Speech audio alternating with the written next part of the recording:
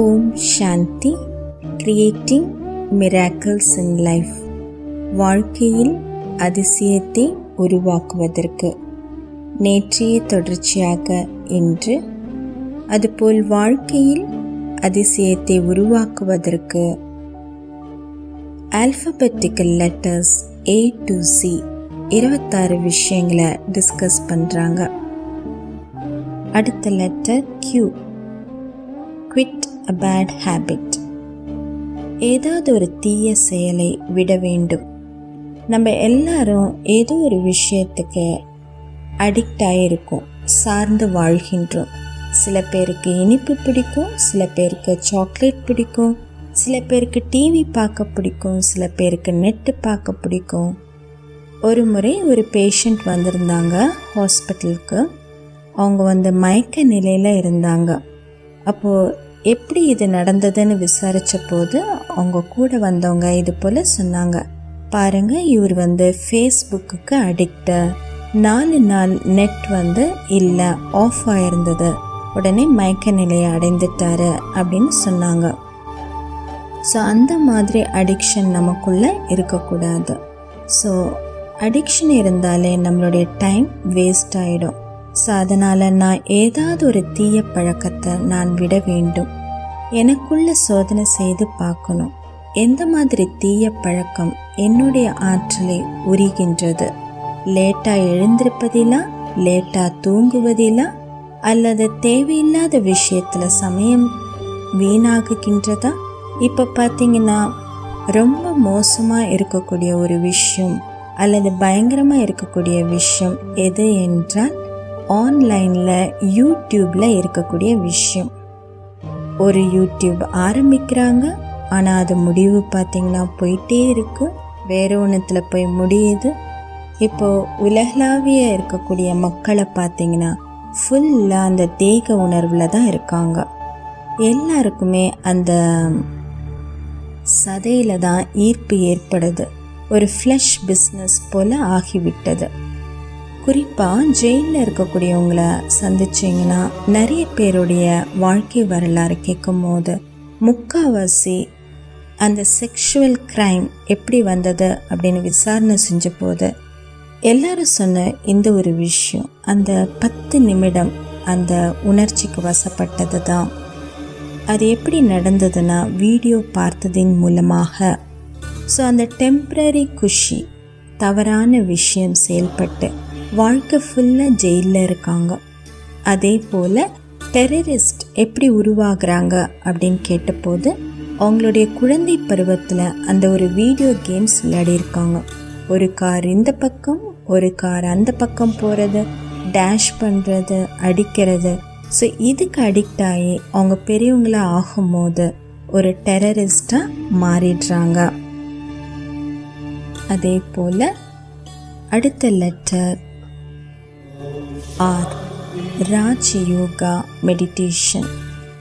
வாழ்க்கையில் அதிசயத்தை உருவாக்குவதற்கு மனம் சாந்தமாக இருக்க வேண்டும். அதுபோல் மனம் சாந்தமாக இருப்பதற்கு புதுமையான புரிதல் தன்மை இருக்கணும். புதிய வகையில் புரிந்து கொள்ள வேண்டும். ஹிமலே குரே அப்படின்றவங்க நோபல் ப்ரைஸ் வாங்கினவங்க. அவங்களுக்கு ஒரு முறை ஒரு ப்ராப்ளமை சால்வ் பண்ணவே முடியல. அப்போது அதை சால்வ் பண்ணாமே தூங்கிடுறாங்க. காலையில் எழுந்து பார்க்குறாங்க, அந்த ப்ராப்ளம் சால்வ் ஆகிருக்கு. அவங்களுக்கு ஒரே ஆச்சரியம், யார் இதை சால்வ் பண்ணதுன்னு பார்க்குறாங்க. பார்த்தா அவங்களுடைய சொந்த ஹேண்ட் ரைட்டிங். அதை அவங்க நைட்டு செஞ்சுருக்காங்க. அது எப்படின்னா அவங்க சப்கான்ஷியஸ் மைண்டில் அதுதான் நிறைந்து இருந்திருக்கு. அப்போ சப்கான்ஷியஸ் மைண்டில் தான் அனைத்து பதில்கள், அனைத்து தீர்வுகள் உள்ளடங்கி இருக்கு. ஸோ அவங்க இரவில் எழுந்து அதை சால்வ் பண்ணி படுத்திருக்காங்க. ஸோ எந்த ஒரு பிரச்சனை வந்தாலும் பிரச்சனையாக பார்க்காம மனம் சாந்தம் அடையும் போது, அந்த காம் மைண்ட் இருக்கும் போது நமக்கு எல்லா தீர்வுகளும் புலன்படும். ஸோ உலகத்திலே மிக சக்திசாலியான ஆயுதம் எது அப்படின்னா அந்த ஒரு சாந்தமான மனம்தான். அடுத்தது எஸ், ஸ்ட்ரெஸ் மேனேஜ்மெண்ட்.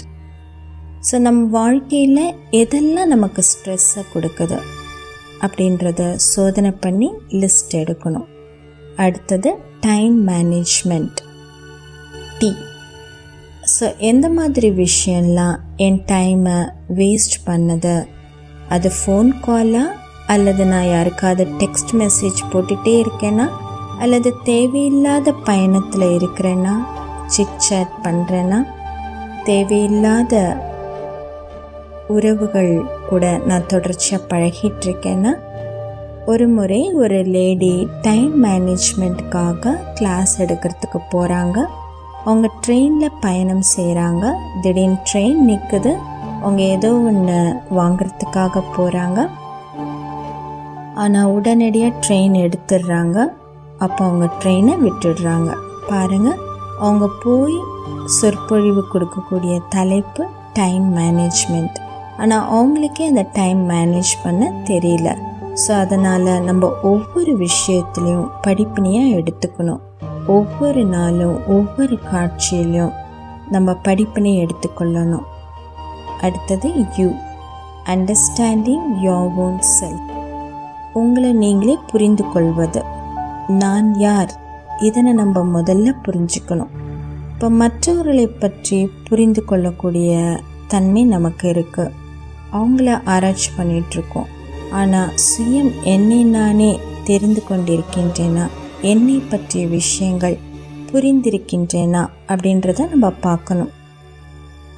ஒரு முறை சர்ச்சில் ஒரு லெக்சர் கொடுத்துட்ருக்காங்க. அதாவது மற்றவர்களுக்கு பொருளால் தானம் பண்ணுறது ரொம்ப சிறந்தது அப்படின்னு சொல்லிட்டு. அதுக்கப்புறம் சர்ச்சில் ஒருத்தர் அது போல் ஒரு வெசல் எடுத்துகிட்டு வராங்க. யாரெல்லாம் தானம் பண்ணுறீங்களோ பண்ணுங்கன்னு சொல்கிறாங்க. அப்போ அந்த லெக்சரை கேட்ட ஒரு நபருக்கு இது போன்று தோன்றுகின்றது. கண்டிப்பாக என்னுடைய செல்வங்கள்லாம் கொடுக்கணும் அப்படின்னு நினைக்கிறாரு. ஆனால் அந்த வெசல் நகர்ந்து வரும்போது அப்போ நினைக்கிறாரு, நான் எதுக்கு எல்லாமே கொடுக்கணும், ஃபுல்லாக பாதி கொடுத்தா போதும் அப்படின்னு நினைக்கிறாரு. அவர் மனசில் $100 கொடுக்கணும் அப்படின்னு நினைக்கிறாரு. அதுக்கப்புறம் மற்றவங்கெல்லாம் கம்மியாக போடுறத பார்க்குறாரு. நான் எதுக்கு $100 கொடுக்கணும், $50 கொடுத்தா போதும் அப்படின்னு நினைக்கிறாரு. ஆனால் அவரை கிட்ட நெருங்க நெருங்க 50 10 ஆகுகின்றது. அவர் முன்னாடி வெசல் வரும்போது கொஞ்சம் காசு போட்டுட்டு மீதி காசை பாக்கெட்டில் வச்சுக்கிறாங்க. அதுக்கப்புறம் இது போல் நினச்சி பார்க்குறாங்க, அடடா நான் யார், எனக்குள்ளே என்ன இருக்குது, நான் முதல்ல எப்படி நினச்சேன், எல்லாமே தானம் பண்ணணும்னு நினச்சேன். ஆனால் இப்போது நான் எதை பண்ணியிருக்கேன், நான் ஏன் இப்படி நடந்துக்கிறேன், நான் யார், என்னுடைய மனம் ஏன் இது போல் இருக்குது அப்படின்னு ஆராய்ச்சி பண்ண ஆரம்பித்தார். ஸோ அதே போல் நாம் நம்மை நன்றாக புரிந்து கொள்ள வேண்டும். நான் யார், நான் எதனால் ஆனவன். அடுத்தது விஷுவலைஸ், பார்க்கக்கூடிய தன்மை.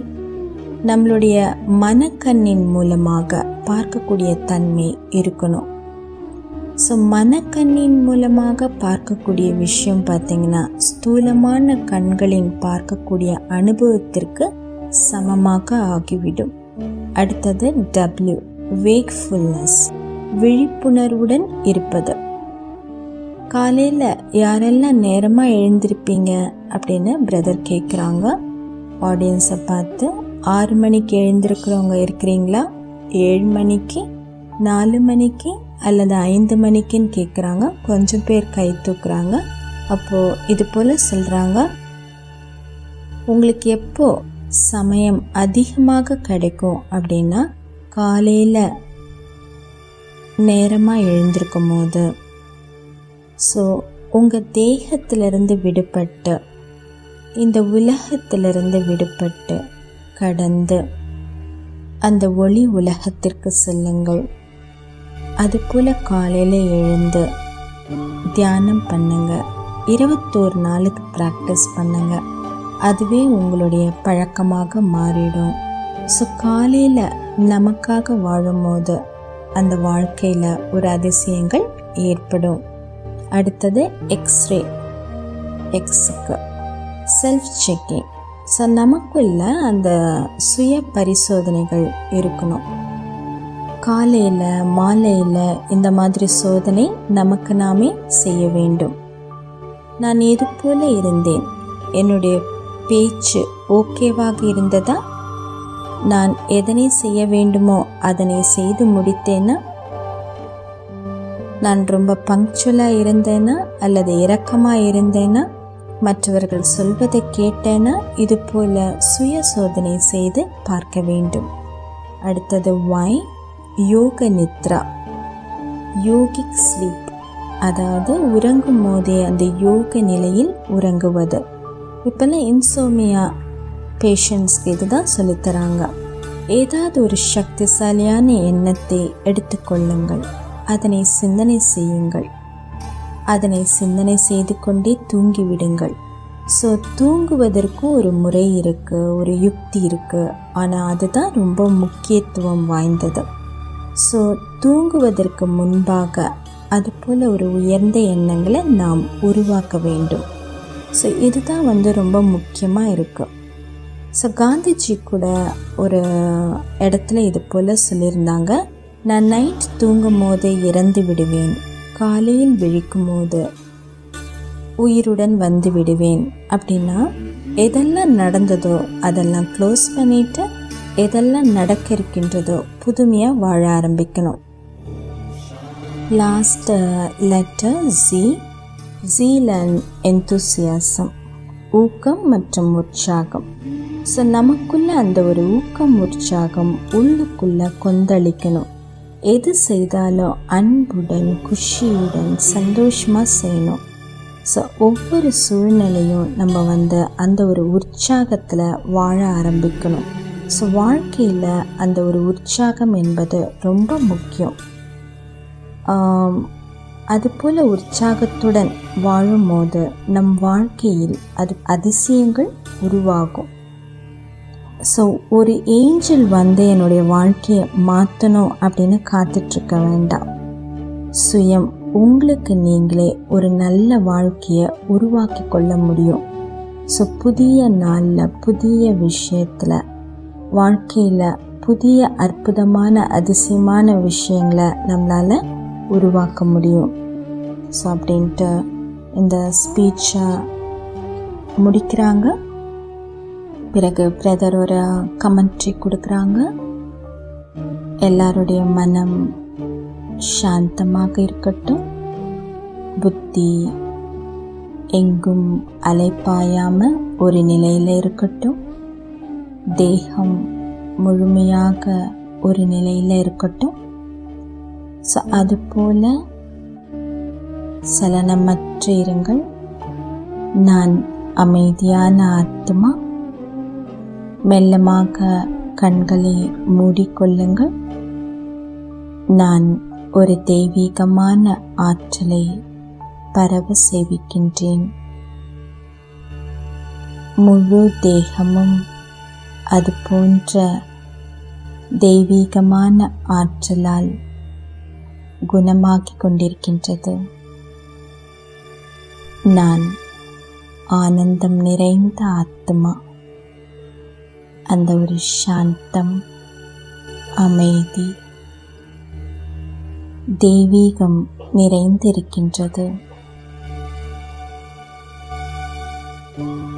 தெய்வீகமான அதிசயங்கள் என் வாழ்க்கையில் நடந்து கொண்டிருக்கின்றது.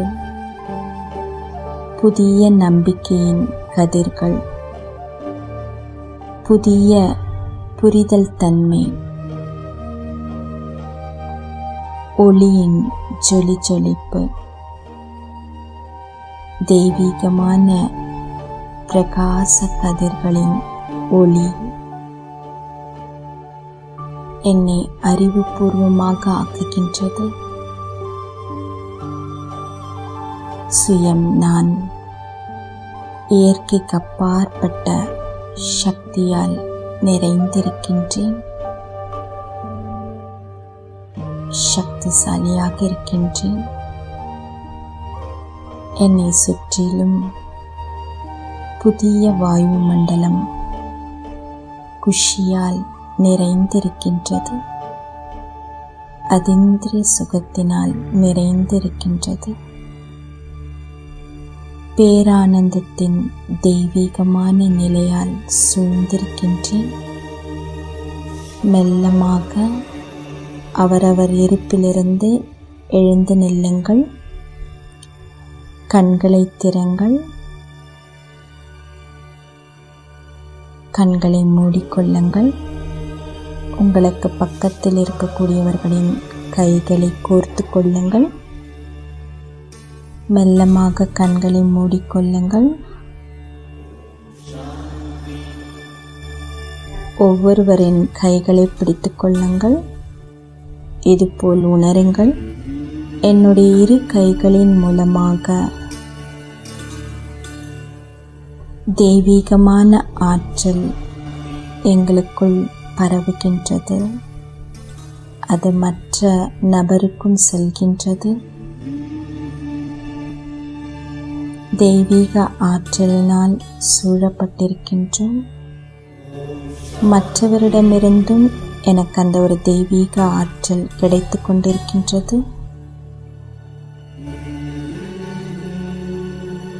மிக உயர்ந்த சக்தி லேசர் கதிர்கள் போல் எனக்குள் பாய்கின்றது. என் முழு தேகம் அந்த தெய்வீக ஆற்றலை அடைகின்றது, குணமாகுகின்றது, மனம் சக்திசாலியாக ஆகுகின்றது. ஆன்மீக ஆற்றலினால் சூழப்பட்டது போல் இருக்கின்றது. தெய்வீக ஆற்றலினால் நிறைந்ததின் மூலம் எனது அநாதி ஸ்வரூபத்திற்கு வந்தது போல் இருக்கின்றது. அது போன்ற தூய்மை, அது போன்ற சக்தி நிறைந்த நிலை, ஆழ்ந்த மௌனம், முழு பிரபஞ்சத்தின் ஆற்றலில் நடுவில் நானே உலக கல்யாணக்காரி. நானே மாஸ்டர் இரக்கத்தின் கடல். எனது வாழ்க்கையே மனிதாபிமானத்திற்கு உதவி செய்வதே ஆகும். நாங்கள் அனைவரும் சகோதரர்கள் மற்றும் சகோதரிகள். எனக்குள் அந்த ஒரு சகோதர தத்துவம் நிரம்பியிருக்கின்றது. மெல்லமாக அமருங்கள். கண்களை திறந்து கொள்ளுங்கள். ஓம் சாந்தி.